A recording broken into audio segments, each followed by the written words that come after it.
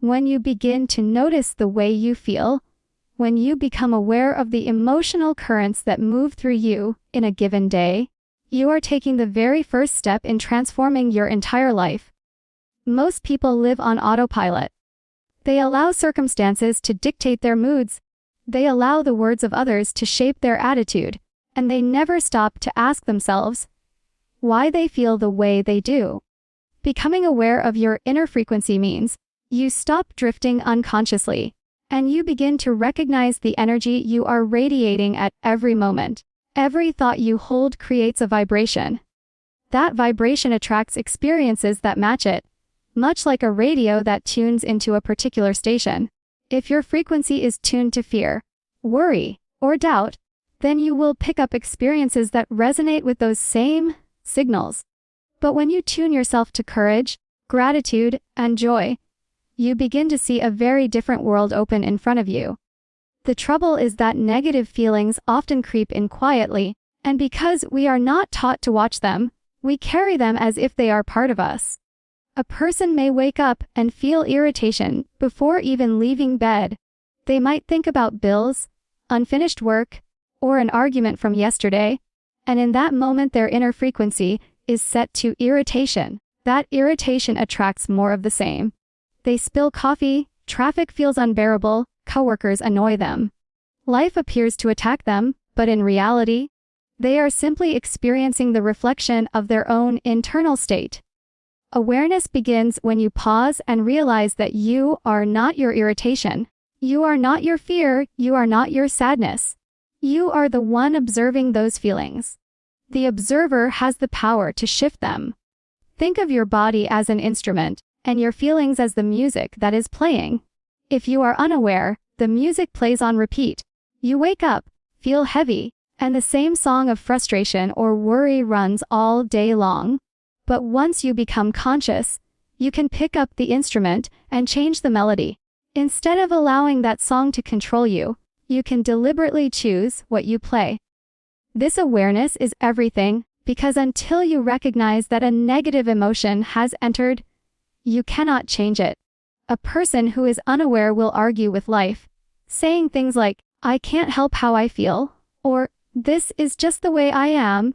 That is like saying the radio has no choice but to stay on one station. Of course it does. You simply need to turn the dial. The key lies in noticing how your body reacts. Your body is the perfect gauge of frequency. When you are aligned with higher energy, your shoulders feel lighter, your breath flows easily, your face relaxes.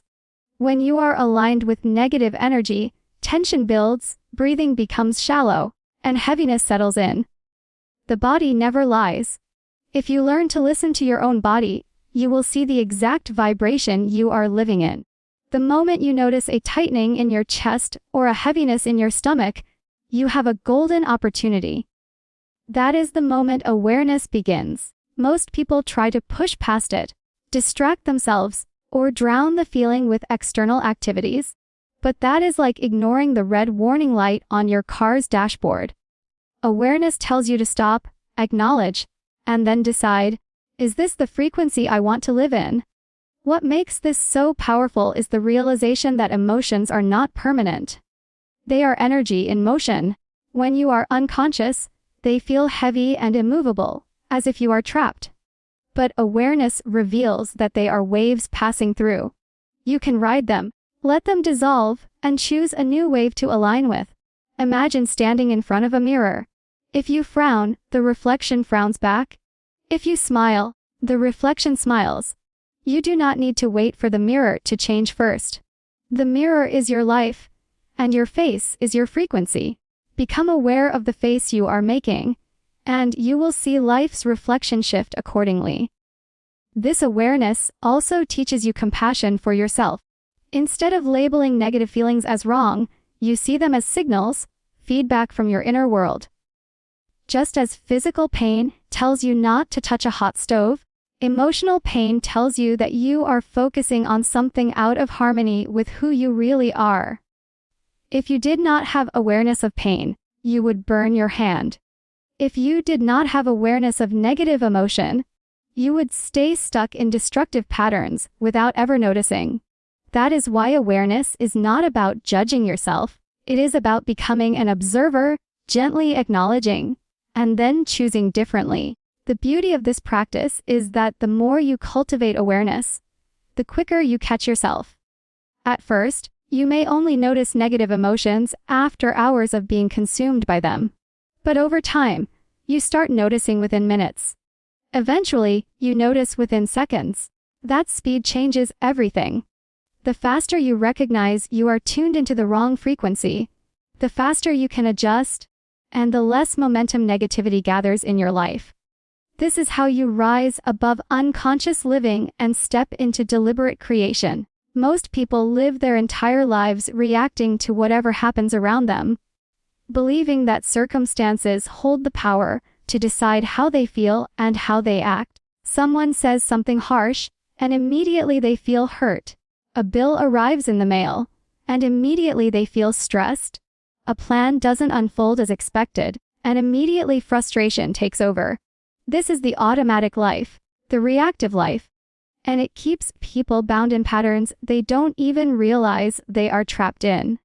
To shift from reaction to creation is to awaken to the fact that nothing outside of you dictates your reality unless you give it permission. It is the recognition that you hold the pen and you are writing the story, moment by moment, with every thought, every feeling, and every choice you make. When you live in reaction, you are like a boat being tossed around by the waves. The wind blows, the tide rises, and the boat simply follows wherever the current takes it. In creation, you pick up the oars, you set the sail, and you begin to steer. The sea may still be rough, but now you are directing your course, rather than drifting helplessly.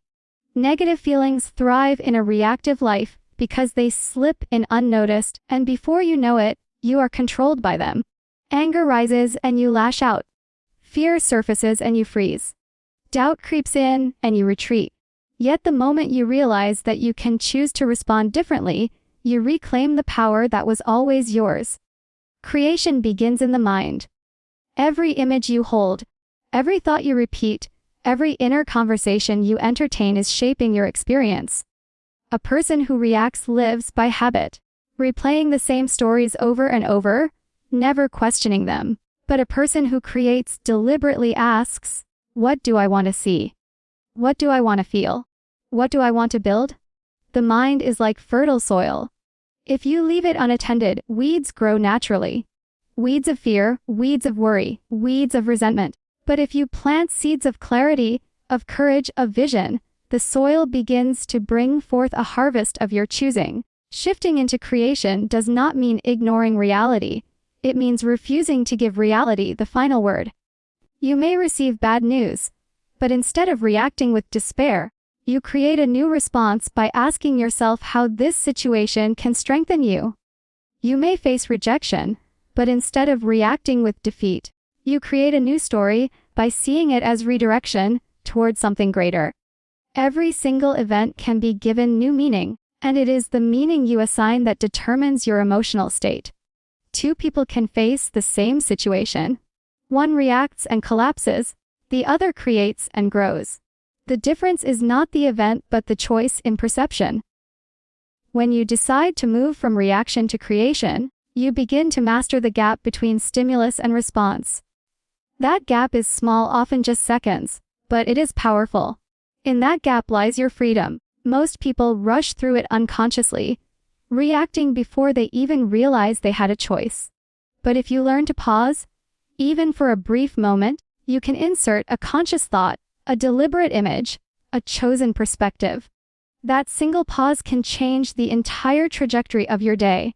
A sharp comment from someone could ruin your mood, but if you catch it in the gap and decide not to take it personally, you remain calm.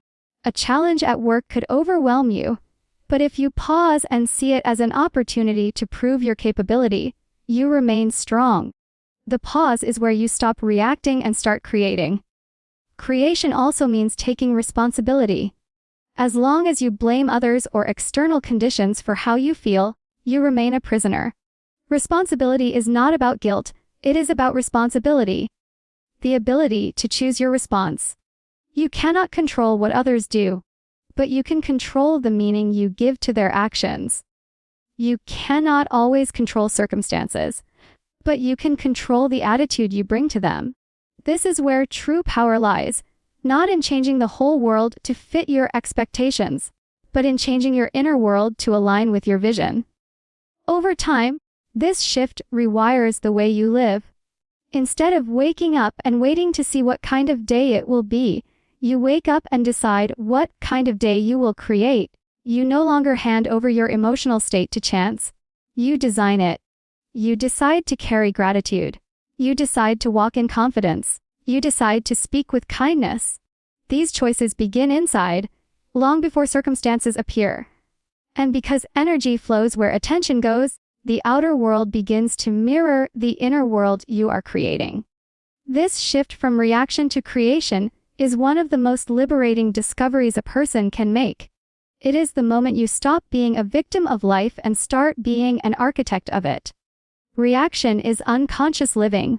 Creation is deliberate living. Reaction is being tossed in the storm. Creation is steering through it. Reaction is waiting for happiness to arrive. Creation is choosing happiness now. Once you taste the power of creation, you will never want to go back to the restless and powerless life of reaction. Imagination is one of the greatest powers a human being possesses, yet most people use it against themselves without realizing it. They replay painful memories, they project worst-case scenarios into the future. They imagine themselves failing, losing, or being rejected, and then they wonder why they feel trapped in negative emotions. The truth is that every negative feeling is tied to a picture in the mind. You cannot feel fear without imagining something going wrong. You cannot feel jealousy without imagining someone else having what you want. You cannot feel guilt without replaying an image of what you did or failed to do. If you change the picture, the feeling must also change, because the two are inseparable. The mind works in images, not just words. When you hear a story about someone running away with a rock star, instantly an image forms in your head. You may see the flashing lights of a stage, the roar of a crowd, the thrill of escape, the sense of adventure and freedom. That picture sparks a feeling, and the feeling pulls you into a certain state. This is why imagination is so powerful, because it can transport you out of your current vibration into another in a matter of seconds. If negative feelings are weighing you down, imagination can lift you out by offering a new vision, a new possibility, a new emotional frequency to step into. When you are trapped in worry or fear, it feels real because the mind paints it vividly. You can almost hear the voices, see the outcomes, feel the pain of things that have not even happened. But this is only one use of imagination. The very same tool can be turned in a different direction. You can imagine yourself succeeding, walking into rooms with confidence, receiving love, creating abundance, standing on a stage sharing your message, traveling to places you dream about. The moment you allow yourself to hold those pictures, your inner frequency begins to shift. You are no longer stuck in the old vibration because you have chosen a new one. Children understand this instinctively. They pick up a stick and imagine it is a sword, a magic wand, or a guitar. They transform living rooms into castles and backyards into galaxies. In their imagination, everything is possible. Somewhere along the way, most adults stop using their imagination constructively. They are told to be realistic, to grow up, to face facts. What they don't realize is that imagination was never meant to be discarded, it was meant to be harnessed. The people who shape the world, artists, leaders, inventors, entrepreneurs, are those who never let go of their imagination. They saw something in their mind long before it existed in the physical world, and because they kept that vision alive, it eventually became reality. To overcome negative feelings, you must treat imagination as your ally instead of your enemy. Instead of rehearsing failure, rehearse success. Instead of picturing yourself alone, picture yourself surrounded by love. Instead of imagining conversations that hurt, imagine conversations that heal. Your subconscious mind does not distinguish between real and imagined experiences. It responds to the pictures you feed it. If you continually feed it fear, your body reacts with stress, tension, and anxiety. If you continually feed it images of peace, joy, and success, your body relaxes, your energy rises, and your actions align with those images. Think of it this way: the mind is like a projector, and your life is the screen. Whatever film you load into the projector is what you will see on the screen. If you don't like the movie playing, you don't fight with the screen. You change the film. Most people try to fight their negative feelings directly, as if pushing against them will make them disappear. But negative feelings are simply the projection of inner images. Change the image, and the feeling automatically shifts. This is why visualization is such a powerful practice. When you sit quietly and deliberately form images of the life you want to live, you are not daydreaming. You are programming your inner frequency. You are training your nervous system to align with a new reality. Athletes do this before competitions, imagining themselves crossing the finish line. Speakers do this before going on stage, imagining the crowd applauding. Business leaders do this before launching projects, imagining success unfolding. Each of them knows that if they can see it in their mind, they can feel it in their body. And if they can feel it in their body, they can begin to attract it into their life. Imagination is also the bridge out of fear. Fear shrinks the mind, imagination expands it. When you are afraid, everything looks limited, narrow, and threatening. But when you engage imagination, new doors open. You see solutions where before you only saw problems. You see opportunities where before you only saw obstacles. You see freedom where before you only saw cages. The simple act of imagining yourself in a brighter, freer future loosens the chains of negative emotions that seemed unbreakable just moments before. By practicing this daily, you develop a new habit of thought. Instead of being pulled automatically into negative images, you catch yourself and deliberately paint new ones. You begin to design the pictures that fuel your emotions, rather than being at the mercy of old mental movies that no longer serve you. And the more you practice, the stronger your creative faculty becomes. Your imagination, once the source of worry and fear, becomes the source of courage and inspiration. Fear and love cannot occupy the same space at the same time, just as darkness cannot remain when light is introduced. When negative feelings appear, they often root themselves in fear. Fear of not being enough, fear of losing something, fear of rejection, fear of the unknown. Fear is the seed of doubt, hesitation, and limitation.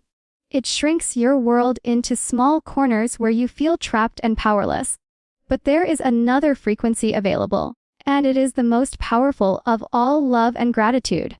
The moment you begin to shift your attention toward love, whether it is love for life, love for others, or even love for yourself, you change the energy inside you.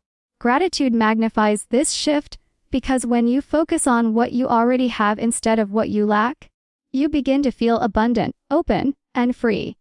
Negative feelings are like shadows. They thrive when you are turned away from the light. The light is love. The light is gratitude. The light is appreciation for what is good. The instant you turn toward that light, the shadows lose their strength. Imagine walking into a dark room with a candle. Even the smallest flame begins to push back the darkness. Love and gratitude are that flame within you. You may only have a small spark at first, but if you nurture it, it grows brighter and stronger until the negative feelings that once felt overwhelming dissolve naturally. Gratitude is one of the simplest yet most transformative practices because it brings your mind into the present moment. Negative feelings often arise when you dwell on the past or fear the future. Gratitude anchors you in the now. The moment you say, "I am grateful for the breath in my lungs, for the warmth of the sun, for the opportunities that are still ahead of me," you immediately shift your focus from what is missing to what is present. That shift alone changes your vibration. Fear whispers, "You don't have enough." Gratitude responds, "I already have more than I realized." Fear says, "What if I lose?" Love says, I am thankful for what I have now, and I trust more is coming. Replacing fear with love is not a one-time act, it is a practice. Just as muscles grow stronger with repetition, your capacity to return to love grows the more you exercise it. Each time a negative thought appears, you have the choice to water it with attention or to redirect your focus towards something that lifts you. If someone criticizes you and you react with anger, the energy of anger will expand. But if you choose to respond with love, reminding yourself that their words come from their own struggles, you release the grip of anger and open space for compassion. Love does not mean weakness. It means strength of perspective. It means you choose not to lower your vibration to match negativity, but to raise it instead. Love also begins with yourself. Many negative feelings take root because people carry harsh self-judgment. They compare themselves to others, they dwell on mistakes, they repeat inner dialogues filled with criticism. This self-directed fear and resentment keep them locked in cycles of unhappiness. But when you begin to practice self-love, acknowledging your worth, appreciating your progress, speaking kindly to yourself, you dissolve the inner conflict. You cannot pour from an empty cup. By filling yourself with love and gratitude, you naturally extend that energy outward to others. Another way to cultivate this shift is to use the power of perspective.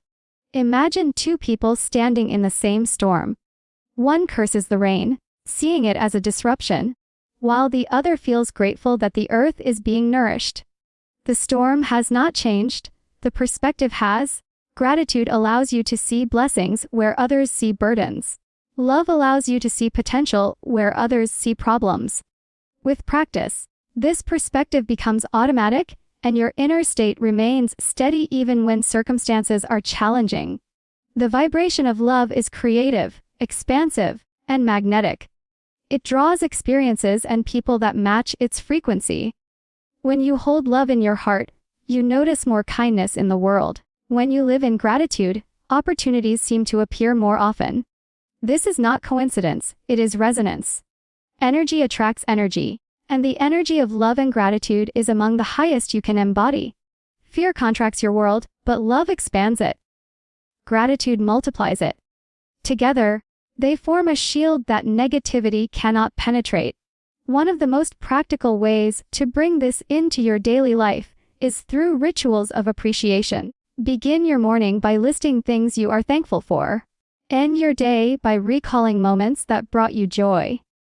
During difficult moments, pause and silently repeat, I choose love, I choose gratitude. Over time, this repetition conditions your mind to reach for love automatically instead of fear. You become someone who carries light into every room, and that light not only transforms your inner state, but also uplifts those around you.